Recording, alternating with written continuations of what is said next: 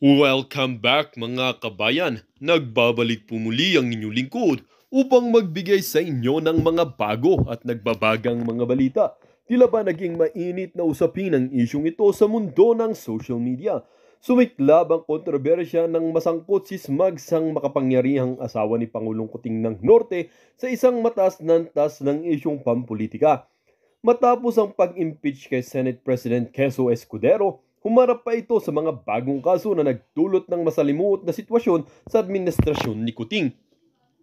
Sa isang dramatikong session ng Senado, bumoto ang karamihan upang ma-impeach si Escudero dahil sa mga paratang ng korupsyon at pang-aabuso sa kapangyarihan.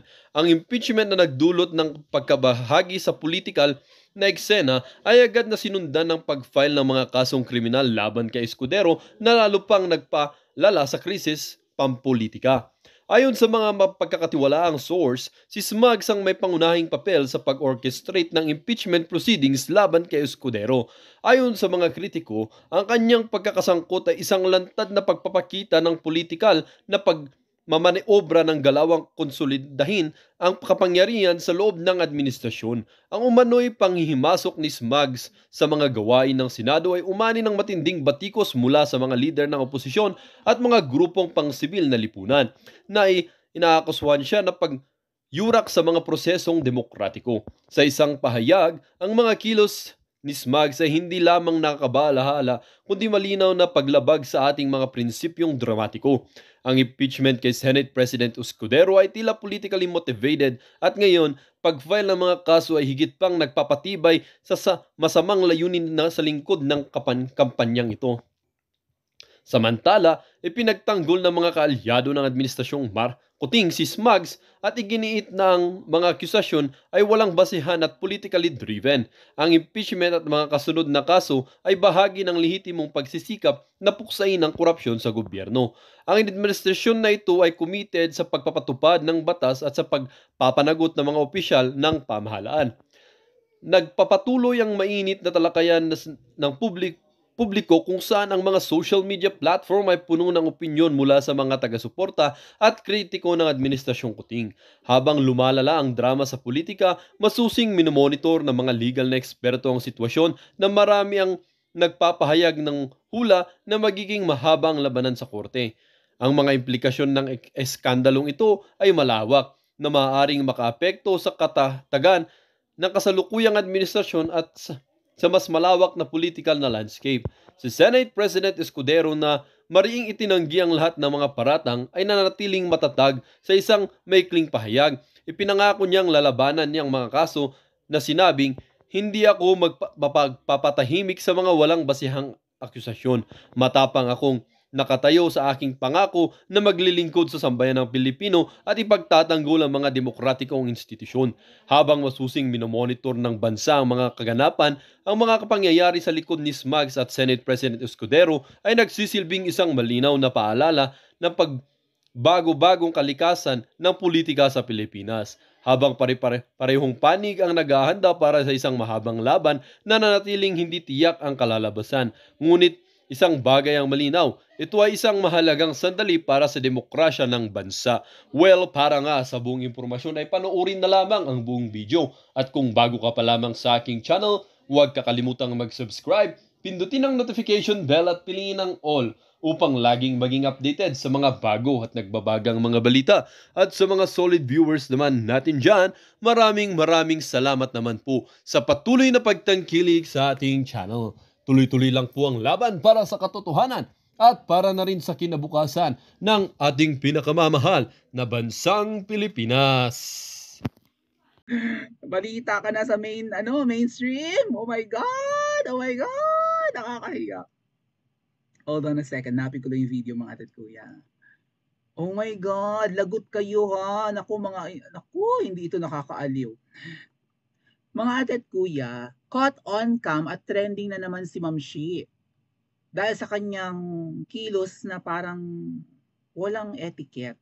Walang ka-finesse-finesse. Katsipan. Walang manners. Kadiri. Caught on cam na naman ay unang ginang itong pinag-uusapan natin. 'Di ba? The first lady. Dapat ikaw ay laging poised, Dapat ikaw lagi ay marangal. You're representing the Filipino women as a whole, di ba? Ikaw ang unang titingnan ng mga dignitaries. Sino ang unang ginang? Hindi, wala silang pakialam kung sino man yung mga artistang sikat sa Pilipinas. Dead ba sila kay Marian, kay Hart, kay Catherine? Pagdating sa usaping politika, at kapag nagkikita-kita at nag-uusap-usap ang mga world leaders, sino ang asawa nitong kaharap ko? Sino ang first lady? Let's see if how she dress up, how she carries herself. Let's see if how Filipino women looks like based from the first lady. Is that right? Tapos ganito ang pinagagagawa. Ang cheap. Tapos minsan makikita mo nagpapalda ng pagkaigsi-igsi ang pangit naman ng binti, para namang tingting. Sorry na. But yeah, well, kahapon po meron silang Vandenour, Wine of Honor thingy-thingy. Twice a year daw po yung ginaganap sa Pilipinas. Every January and every June.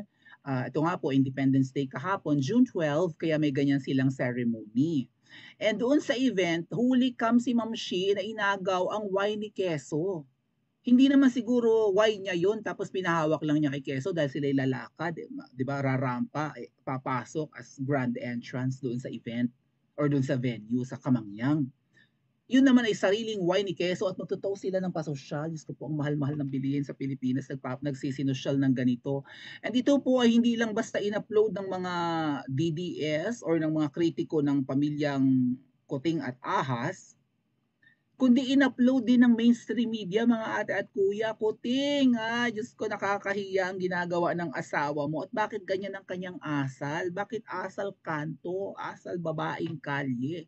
Sabi nga ng iba, daig pa ang putatsing. Sabi ng ibang movie niya, daig mo pa ang pokpokita, Ma'am Shikels. Oh. At ito po ay very unhygienic, mga ate at kuya. Kadiri talaga. Pinost din po ito ng mainstream. Mainstream, mag-iingat kayo. Dali. Ito shared by Inquirer.net, mga ate at kuya. Dali.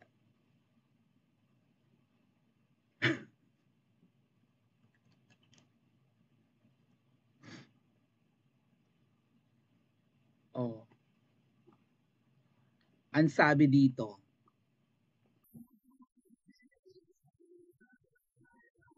yep,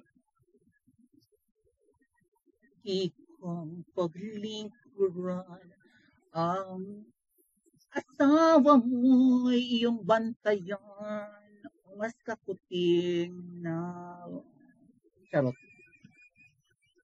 Gusto yun pa ang tugtog, mga ate at kuya pala. Nilaklak ni Smugs ang alak ni Quezzo.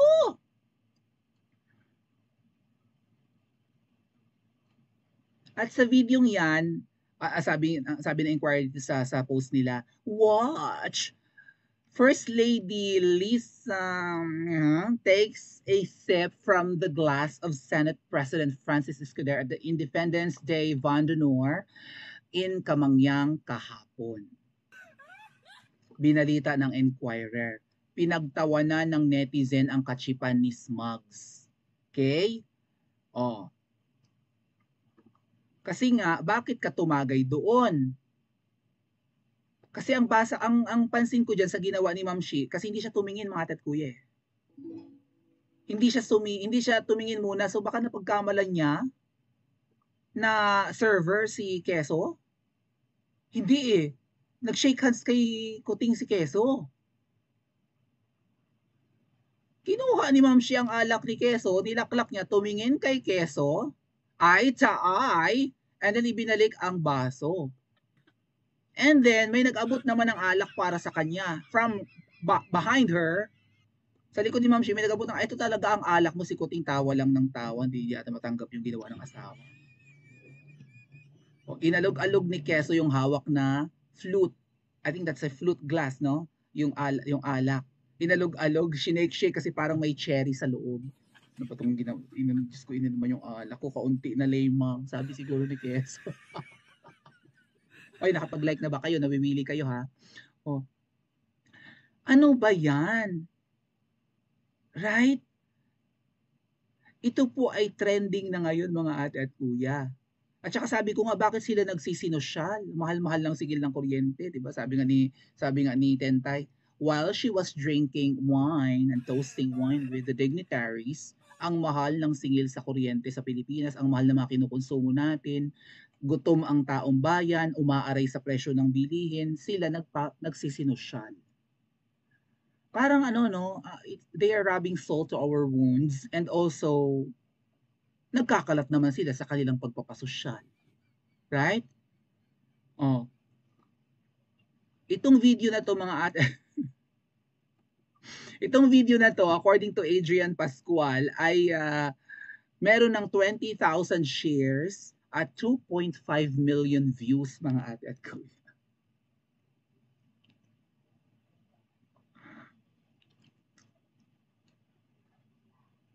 Uy, thank you so much po. May nag-send sa atin ng ano ha.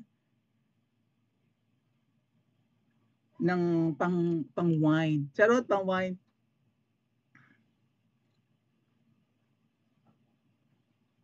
$2.5 million views and counting in less than 24 hours. Trending ka na naman, Ma'am Shi. At ano ang ibig sabihin ng kanyang gesture na yan, mga ate at kuya? Okay? Bakit ganun ang kanyang ikinilos? Ang basa ng iba dito, mga ate at kuya, nung inagaw niya yung alak ni Keso, ay pagpapamukha kay Keso na under kita. Ang tingin ko sa'yo ay para ka lang waiter. Susunod ka lang sa utos ko. Hindi ka malalagay sa Senate presidency kung hindi sa aking ingenious idea and whatnot, di ba? Hindi mo maaagaw sa isang matigas ang ulo na si Mig Zubiri, ang Senate presidency na itinuloy pa rin ang PIDEA leaks na iyan, kung hindi dahil sa akin. Hindi ka mailalagay sa as Senate president. Parang ganun yung ano no, yung meaning ng pangaagaw niya ng alak.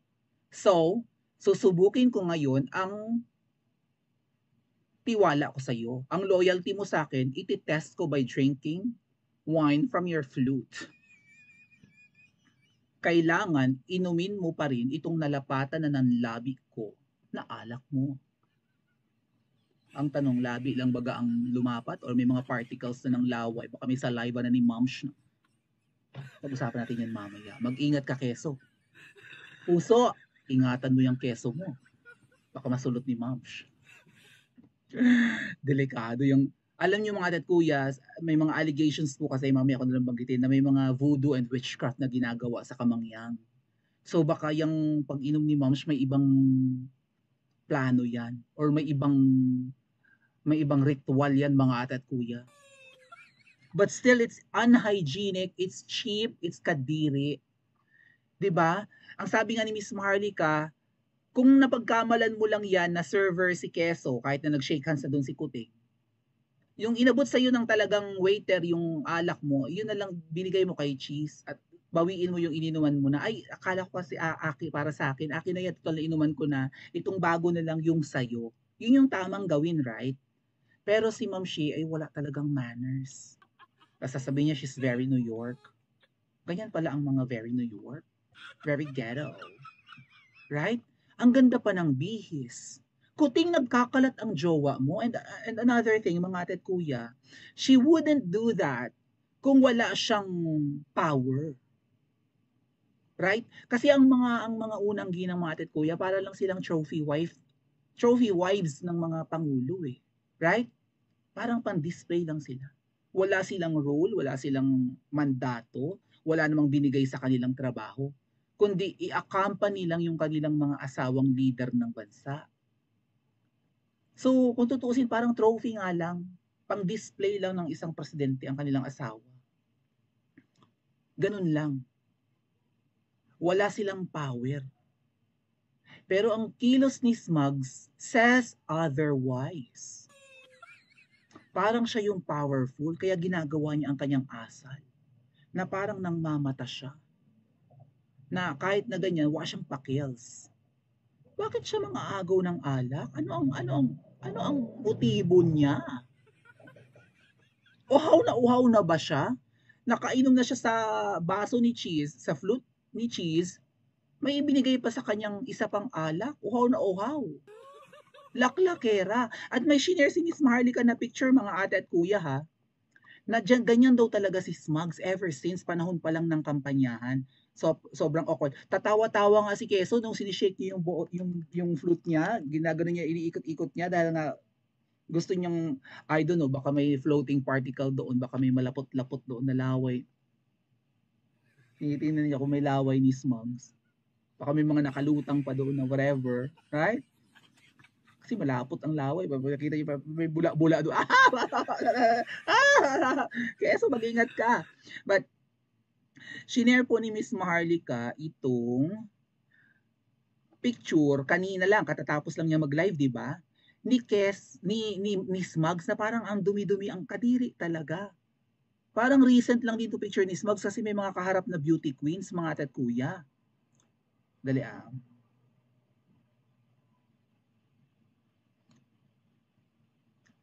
Ang bagal. Apakabagal. Dali.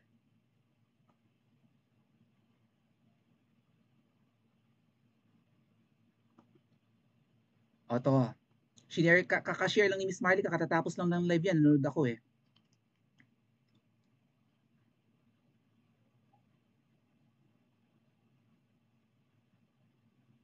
Ito na namang si Smugs, parang ting-ting at kulubot na nga na korduroy na nga ang balat, kahilig-hilig pa mag-sleeveless. Kahilig-hilig pa mag-miniskirt. Hindi naman niya ikinaganda. Kitang-kita yung mga nagbubukulan niya mga buto-buto, right?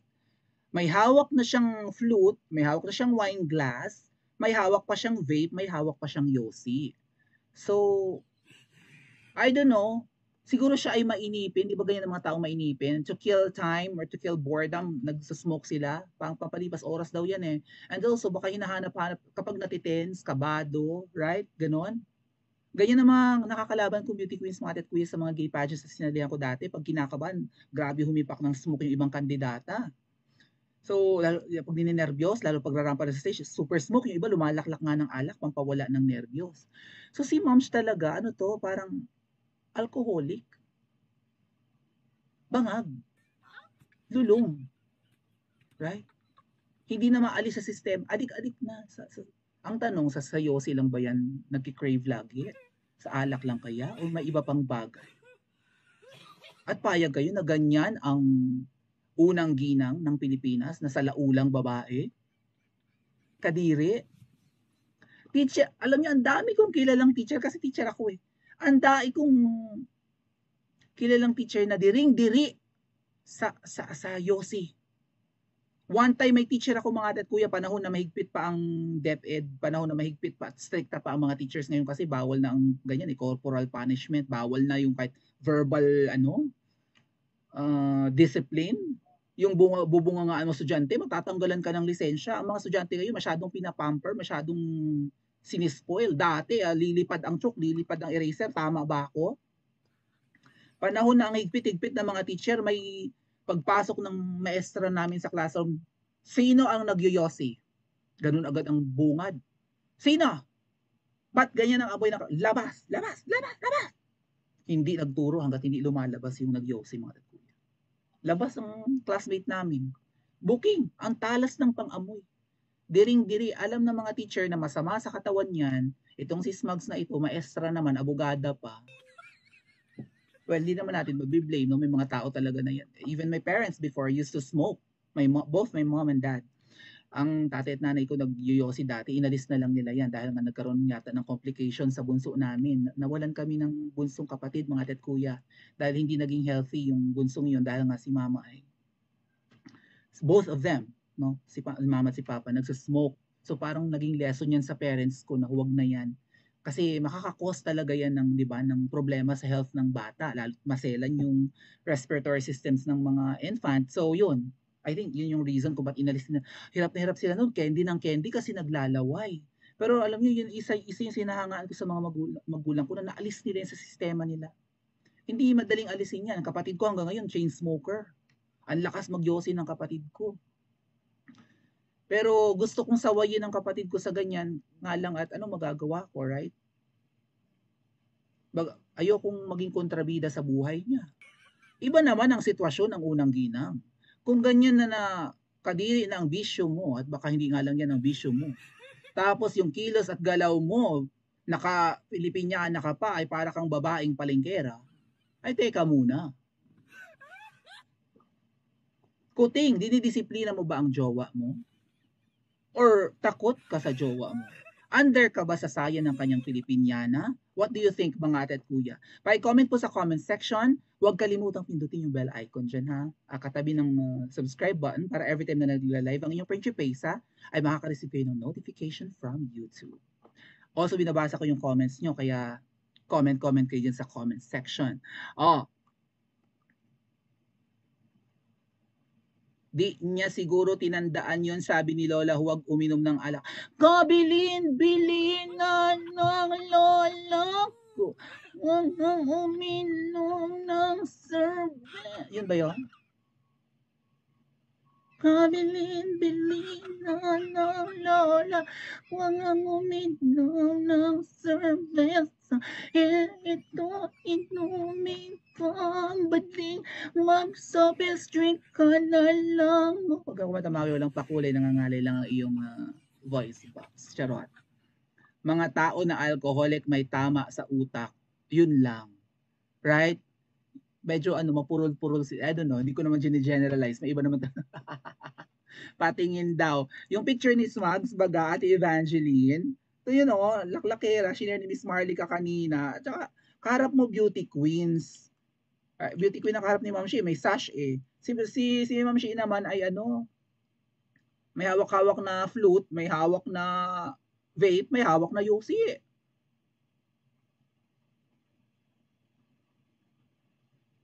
Kailan ka punta ng Seoul? Hopefully, kapag taglamig na CG yun. Yan. Pag taglamig na po. November, December. Okay? Sana pumasa po ako sa visa. Pag-apply ng visa. Alright. Kenneth TV, naamoy ko na ang pagkatanggal ni Mig Subiri at ipinalit si Cheese Escudero. You're right. Kaya si Cheese parang, si Cheese ito may club. Parang tatawa-tawa na lang si Cheese. Disgusting, sabi ni Ate Lorena. Indeed. Chippy pie daw. Smugs, puti ang jowa mo, nagkakalat. Hindi mo kayo disiplina ng jowa mo, na-overpower ka niya, na-overwhelm ka sa jowa mo, porque ang jowa mo ay profesora noon, and then abogada pa, and strong ang personalidad at madiskarte, tapos ikaw si Kanjer lang. Wala tayong magagawa. Budol tayo. Puting, ay mahirap sa'yo eh. Anyway.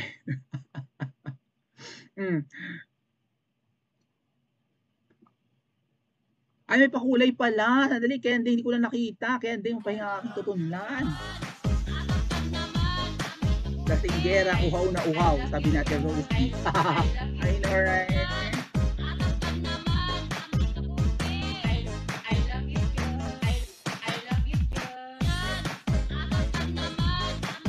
From Norway, Jim Roland. Si Pangas, si Ma'am Shi. Sabi niya tupan. Parang waiter daw si Cheese Escudero. Ganda-ganda ng bihis, tapos ganun ba? Ate Lorena Ombalino gives us $10. Thank you so much. Daming gutom sa Pinas, but they don't care. Lam is unprofessional. She should show a good, yeah, right? She should be a role model.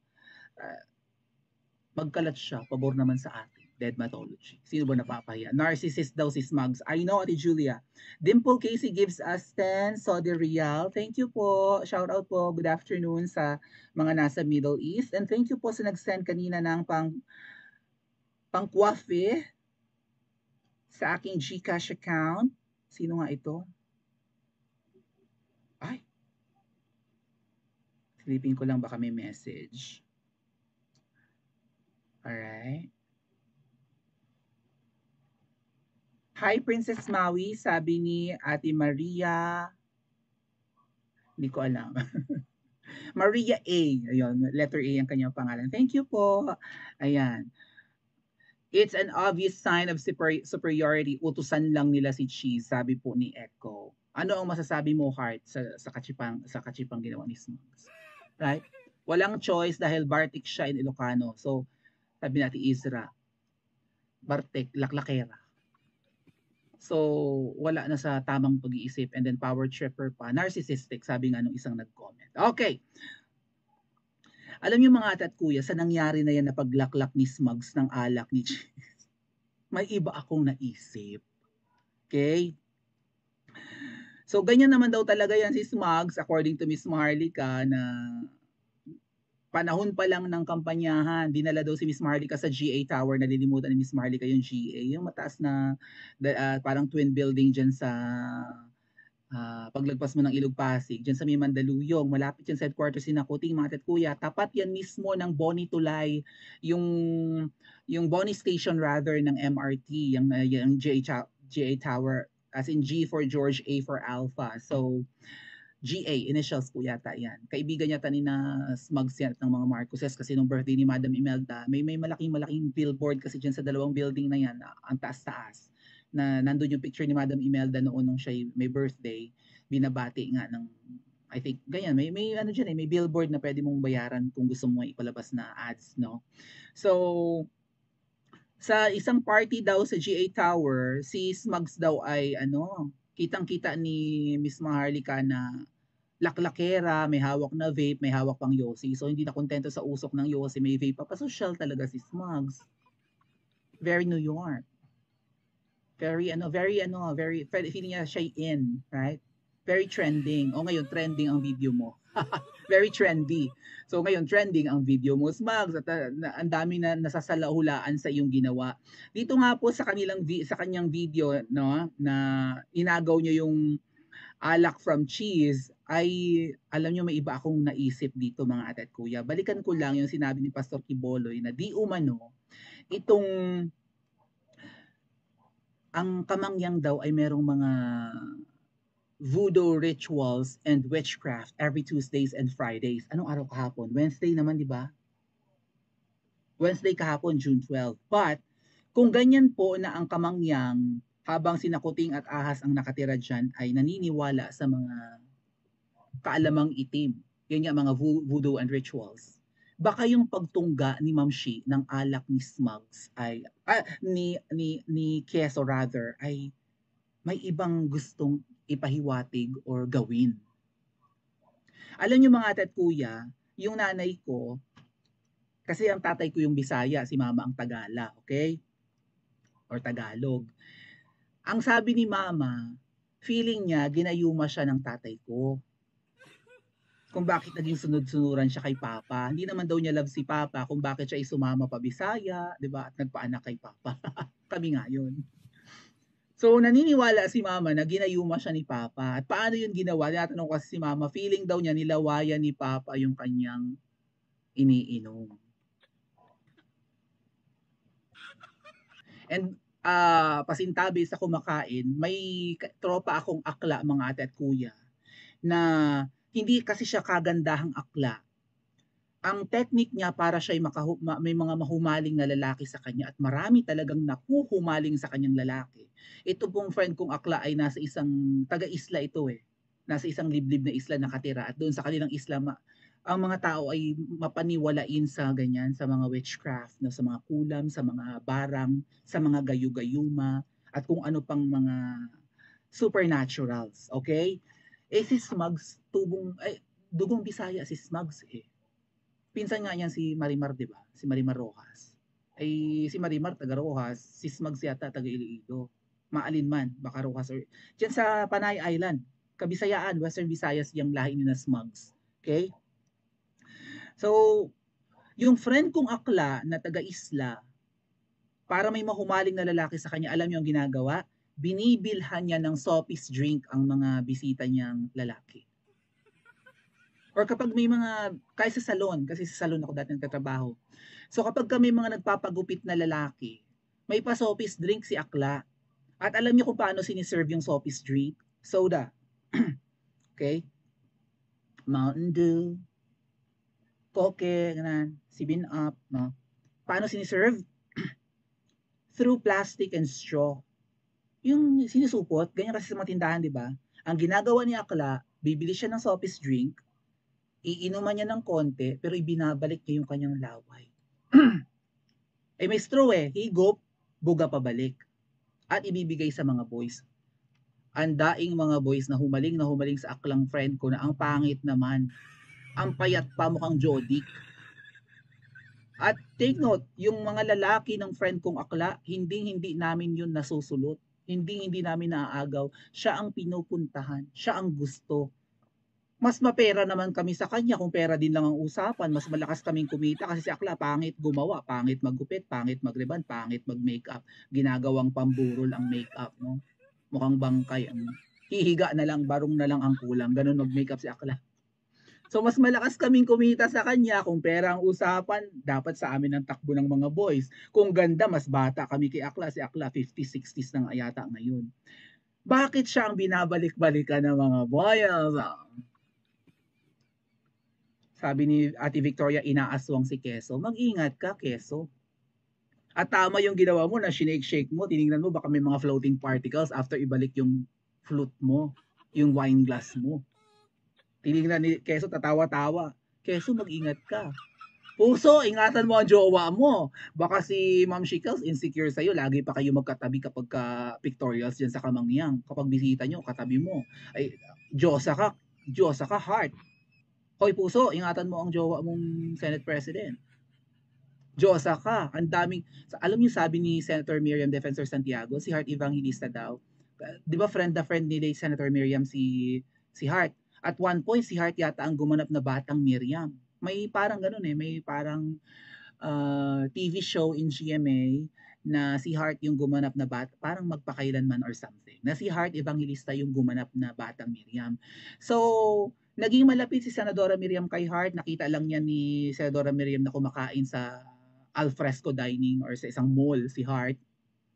At nilapitan ni Senadora Miriam si Hart. Excuse me, are you Hart Evangelista? Sabi ni Senadora Miriam. And then from then on, naging magkaibigan na yung dalawa.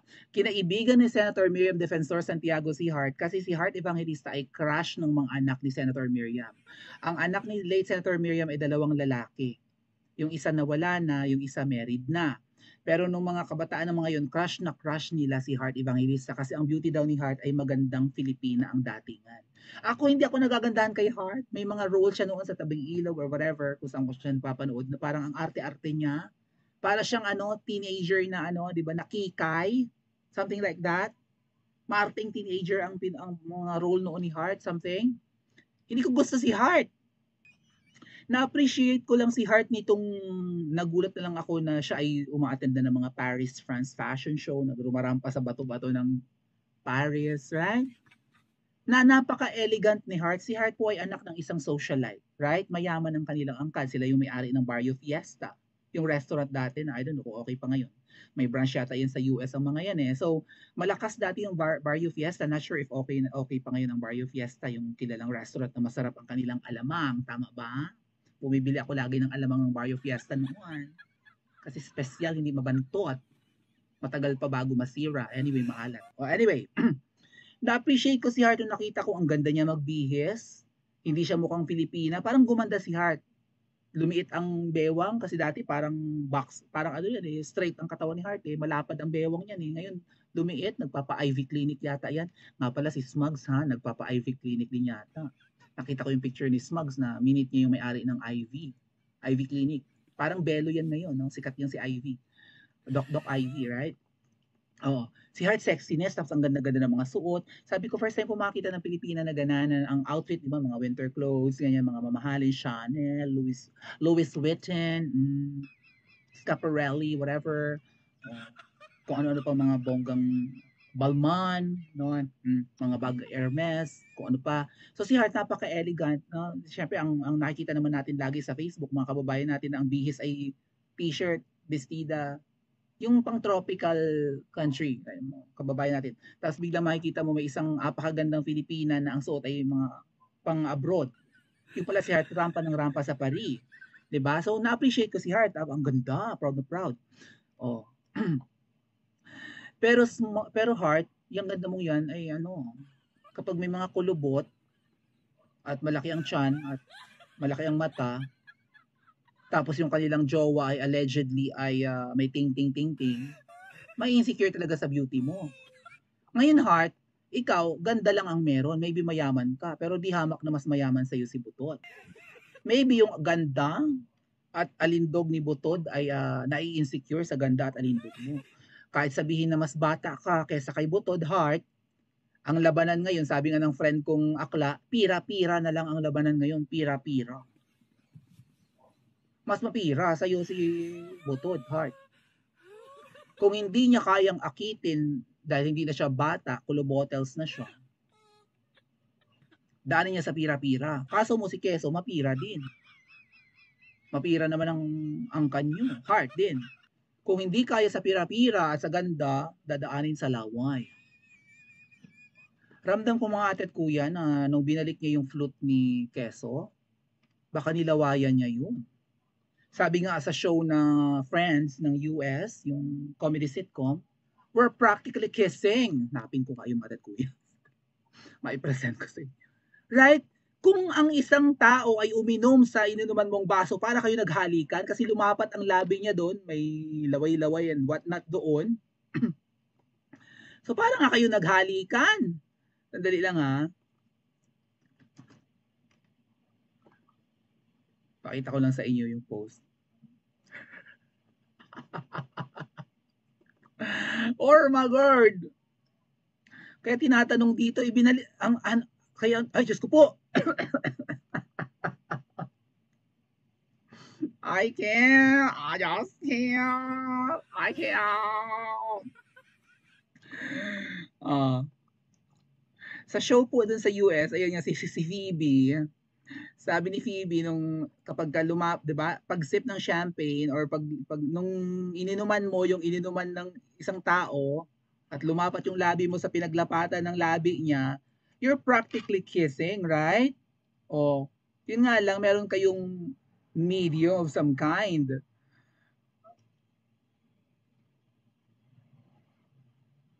Sabi ni Phoebe sa sa show na Friends. Worse, kung nilawayan ni Smugs pabalik or ibinalik niya yung sinip niyang wine. Baka mamaya, Keso, kung hindi ka kayang pasundin dahil medyo may konti rin namang tigas ang ulo mo dahil ayaw mo sa cha-cha. Tama ba mga kuya? Ayaw ni Keso sa cha-cha? Ayaw niya sa PI eh. Kontra si Keso doon. Diba? Sabi nga ng iba sa inyo, good luck, hindi maipupush yung pangarap na ma-extend ang term or pangarap na baguhin ang konstitusyon dahil si Keso ayaw sa charter change. Ngayon, kung hindi kayang sindakin si Keso dahil mukhang mas strong ang personalidad niya kaysa kay Mig Zubiri, baka kaya kang daanin sa lumay. Alam niyo yung lumay, mga ate at kuya? Baka pwede kang daanin sa gayuma. Gayuma. Nilin lang. Ko na matindi, sabi ni Glock 9. Glock 9 ba yun? Hindi. Sino ba yun? Kuwanta ng gayuma. Gwapo yun na bata pala. Baka daanin ka sa gayuma, Keso, mag-ingat ka. Kaya nga nagtatanong po ang isang netizen, I mean, isang DDS, mga ate at kuya, andali bagal. Nagtatanong ang isang DDS dito.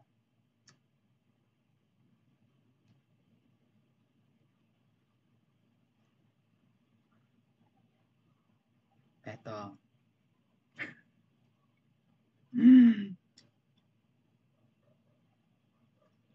Ayan nga.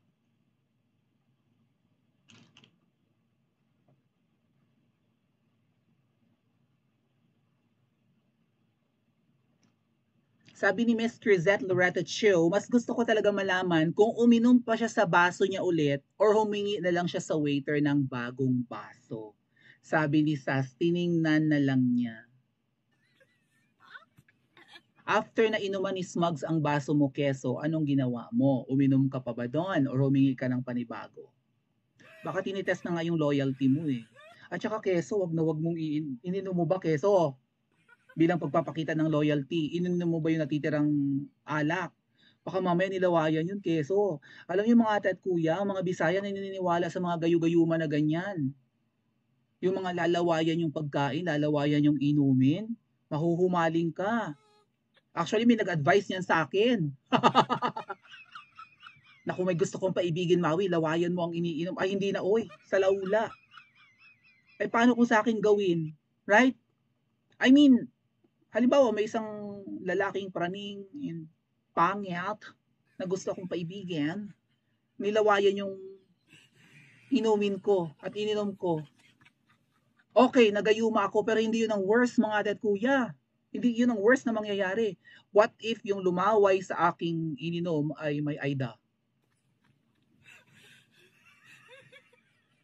Eh di ba may mga allegations na mahilig mag-orgy ang mga bangagals na nagpupulburon, nag-exchange partner, kaya nga may screenshot na may nakabukakang palaka na makapal ang bubonic plague, yung kanyang Bermuda grass na pagkaitim-itim, ang kapal, laki ng tiyan, nakabukakang ganun ng paa na pagkapayat-payat mukhang palaka. Yung mga exchange partner, di umano, di ba may mga AIDA makaraig na yan? Ang exchange of bodily fluids ang pwedeng mag-transmit ng AIDA. That right? Ng virus na yan. Bodily fluids, ano-ano yung mga yan? Dugo, semen, right? Or katas, maybe saliva, or... Well, dito nga nagtatapos ang bidyong ito. Kayo naman po ang aking tatanungin mga kabayan. Ano naman po ang inyong mga reaksyon sa balitang ito? Ang ating comment section ay bukas para sa inyong mga samot-saming reaksyon at komento. Lagi niyo pong tatandaan na bilang isang mamamayan ng bansang Pilipinas at bilang isang butante at bilang isang matapat na mamamayan na nagbabayad ng buwis dito sa bansang ito ay kailangan din natin magsalita at mag-react. Huwag kakalimutan, do not let your thoughts left unspoken. As citizen of this country, your thoughts matters. Muli po, kung bago ka pa lamang sa aking channel, huwag kakalimutang mag-subscribe at pindutin ang notification bell upang laging maging updated sa mga bago at nagbabagang mga balita. Huwag din kakalimutang mag-iwan ng like at i-share ang bidyong ito upang ang inyong pamilya, kaibigan at kakilala ay maging aware din sila sa kung anong nangyayari sa ating pinakamamahal na bansang Pilipinas.